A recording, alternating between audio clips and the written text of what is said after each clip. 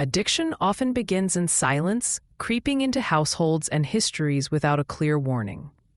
For generations, it lived behind closed doors and careful smiles, a subject traded in whispers and euphemism. Yet the reality has been constant across centuries and borders. Addiction has shaped human experience in every society. It has never been confined to one class, one culture, or one substance. It threads through stories of alcohol and opium, nicotine and cocaine, gambling dens and glowing screens. The forms change, but the human struggle remains. Across time, authorities tried to name it. Moralists described vice, doctors cataloged symptoms, courts punished infractions, and reformers promised cures. Each lens issued part of the picture, and then insisted upon the whole. A more complete view emerged slowly, recognizing that addiction is not a single spark, but a weather system. Biology, psychology, and society converge. Personal history and public policy collide. In one neighborhood, addiction might wear the face of a bottle. In another, the click of a slot machine. In a third, the soft light of an endless feed. Beneath the many faces sits a recurring motive. Relief sought from pain, meaning sought amid emptiness, control sought in chaos. Medicine once framed addiction as a defect of character. Later, it was cast as a disease of the brain. The modern synthesis treats it as a condition of the whole person. Biological adaptations set inside emotional landscapes and social conditions. Brains adapt under the pressure of repeated exposure, but those adaptations rarely arise in a vacuum. Trauma lowers thresholds, stress erodes inhibitions, isolation intensifies craving, and scarcity teaches short-term survival at the expense of long-term health. In that sense, addiction is less a single event than a pattern that installs itself in a life, making itself useful at first and then indispensable, until the cost outweighs the comfort and the pattern refuses to relinquish its place. The earliest phase often looks ordinary. A drink at the end of a difficult day, a pill after an injury, a thrill found at a card table, an hour stolen for escape. In moderation, these are familiar rituals. Relief arrives, tensions ease, sleep comes, and the mind returns to ordinary tasks. Over time, the ritual calls for a larger share of attention. Tolerance builds. The same dose no longer produces the same effect, and repetition compensates for diminished returns. Soon, absence hurts more than presence helps. Withdrawal announces itself in tremors and sleeplessness, irritability and despair. What once created pleasure now prevents pain. The ritual that promised control becomes a tyrant that demands fealty. Biology explains part of the shift. The brain's reward circuitry rests on networks that once tied survival to motivation. Food, attachment, achievement, and curiosity brought measured pulses of satisfaction that encouraged repetition. Powerful substances and behaviors hijack this circuitry, delivering atypical intensity. In response, the system recalibrates. Receptors downregulate, baselines sink, natural pleasures register as faint echoes, and cues linked to the substance acquire outsized importance. A street corner, the smell of a bar, a time on a clock, the texture of cash, the feeling of boredom or rage. Any of these can become a trigger that fires before conscious choice arrives. The prefrontal regions, built to weigh consequences and hold goals in mind, lose influence precisely when needed most. Insight survives, but impulse cements action.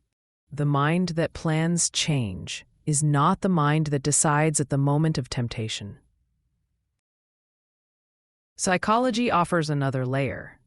Addiction rarely arrives in an empty life. It settles where hurts and hungers are already present. Early neglect, household violence, unstable caregiving, and chronic humiliation leave imprints that shape coping. Loss, illness, and unprocessed trauma place a constant demand on nervous systems already overburdened. In such conditions, substances and compulsive behaviors function like improvised tools. Blunting memories, softening grief, quieting worry, simulating triumph, or supplying companionship. The tool quickly becomes identity. The person who drank to sleep becomes someone who cannot sleep without drinking. The person who gambled to feel alive becomes someone who cannot feel alive without risk. The person who overused pain medicine to heal becomes someone sustained by the medicine rather than by healing. A line between strategy and prison blurs until it disappears. Society completes the picture. A city with easy credit and predatory lending will produce one pattern of addiction. A rural county with shuttered factories and cheap liquor will produce another. A port where heroin arrives faster than jobs will produce a third. Laws govern supply and shape stigma. Housing and wages govern stability and stress. Healthcare access governs how early a problem is addressed and how long help lasts. In many jurisdictions, incarceration answered addiction for decades, but cells did not cure despair. The cycle hardened. Arrest, withdrawal, release, relapse, repeat. In other places, public health approaches, clinic-based care, medication support, safe use supplies, housing-first policies replaced some of the punitive reflexes. The places that chose health spent money on treatment rather than jail beds and saw predictable results. Fewer funerals, fewer infections, more reunions.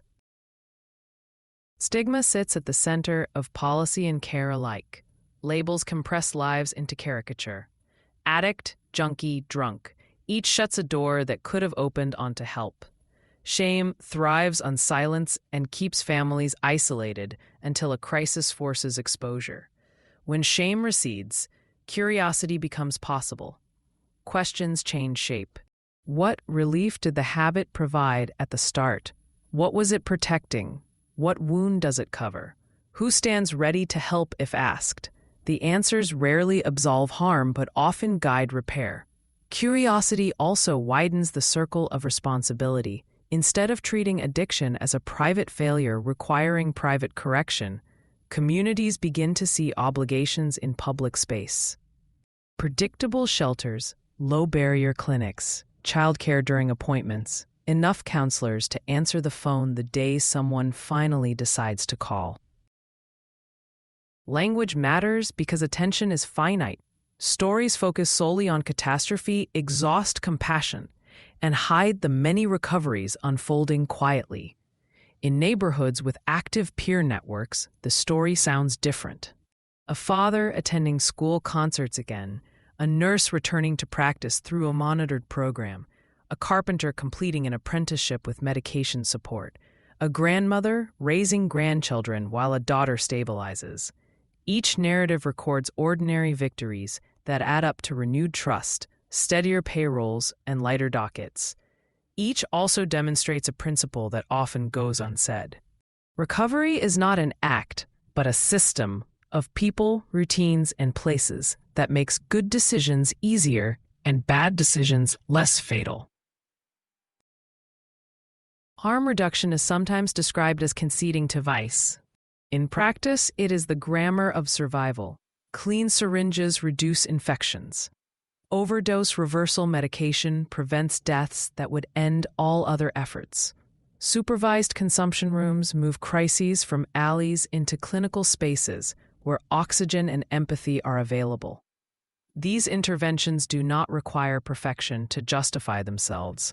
They require only the recognition that breathing bodies can return to clinics and families. Non-breathing bodies cannot. In cities that embrace harm reduction, relationships form between staff and people who once trusted no one. When readiness for change appears, there is a known doorway rather than a leap into the dark. Treatment strategies vary because people vary. Medication-assisted treatment stabilizes brain chemistry in opioid use disorder and alcohol use disorder, reducing cravings and blocking euphoria. Critics mistake stabilization for surrender, but long-term medication is considered standard for diabetes and hypertension. Addiction deserves the same pragmatism. Behavioral therapies help patients notice the moment when a thought becomes an urge and an urge becomes an act, breaking the chain with pauses and substitutions. Mindfulness practices teach the nervous system to tolerate discomfort without reflexive flight to a substance. Family-based approaches repair relationships and rewrite patterns that pull everyone back toward crisis. Creative arts therapies lend shape to memories that resist ordinary language and help dignity return after years of secrecy and shame. No single technique heals a life. Warmth, structure, and time do. Morning routines that are honored whether or not mood cooperates. Meetings attended on rain-slick evenings when excuses present themselves like gifts. Meals prepared on Sundays so that Mondays do not collapse.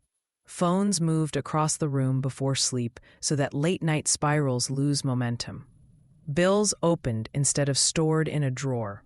Apologies delivered in full sentences and accepted without theater. Each ordinary act becomes a stitch in a fabric that addiction once tore. Relapse complicates the narrative of transformation. Many interpret a slip as proof that nothing changed. A more useful frame treats it as information. Which trigger was underestimated? Which hour was most vulnerable? Which support was missing?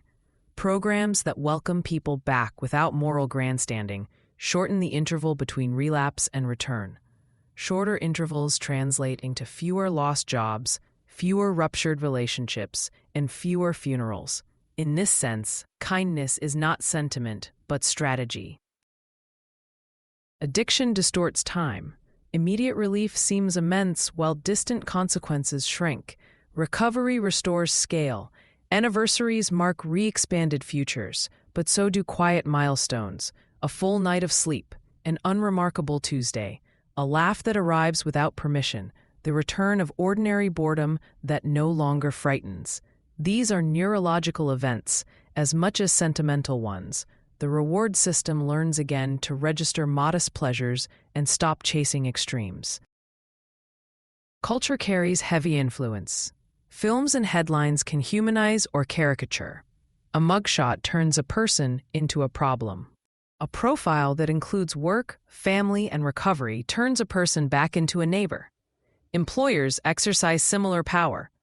A company that offers leave and a return-to-work pathway signals that help is for the valued, not just for the condemned. Schools that teach emotional regulation and media literacy reduce risk years before any substance is offered. Courts that channel eligible defendants to treatment change public safety more than extra patrols do.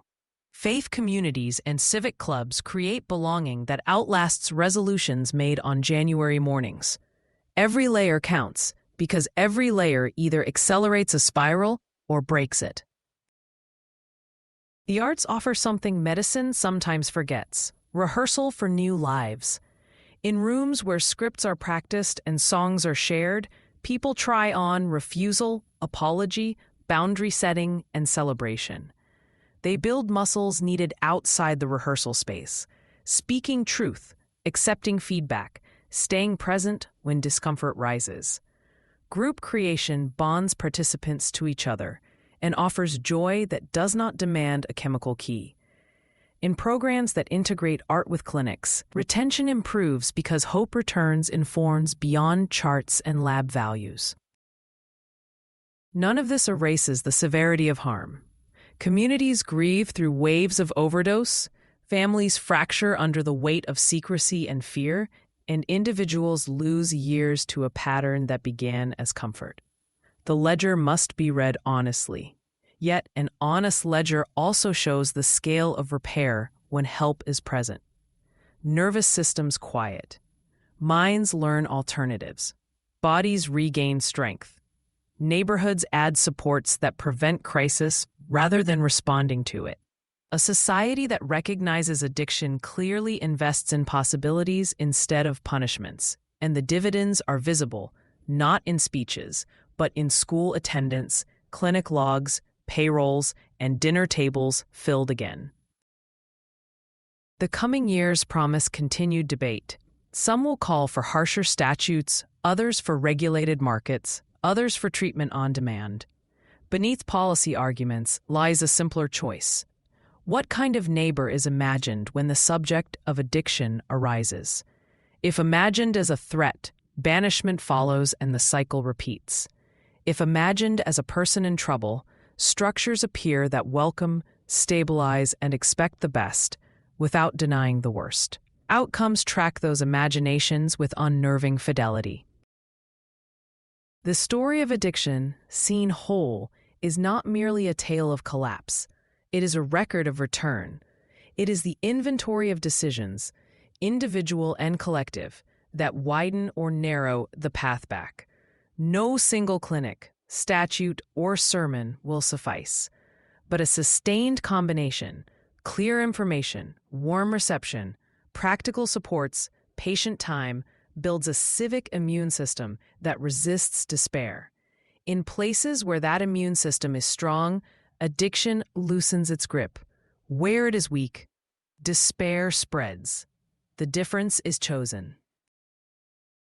This series will move from foundations to history, from policy to practice, from collapse to reconstruction.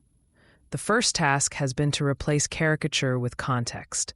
The next is to examine the long arc by which intoxicants became sacred tools, household remedies, imperial commodities, and finally, objects of modern regulation. By understanding how the past arranged the present, communities gain leverage over the future they will build.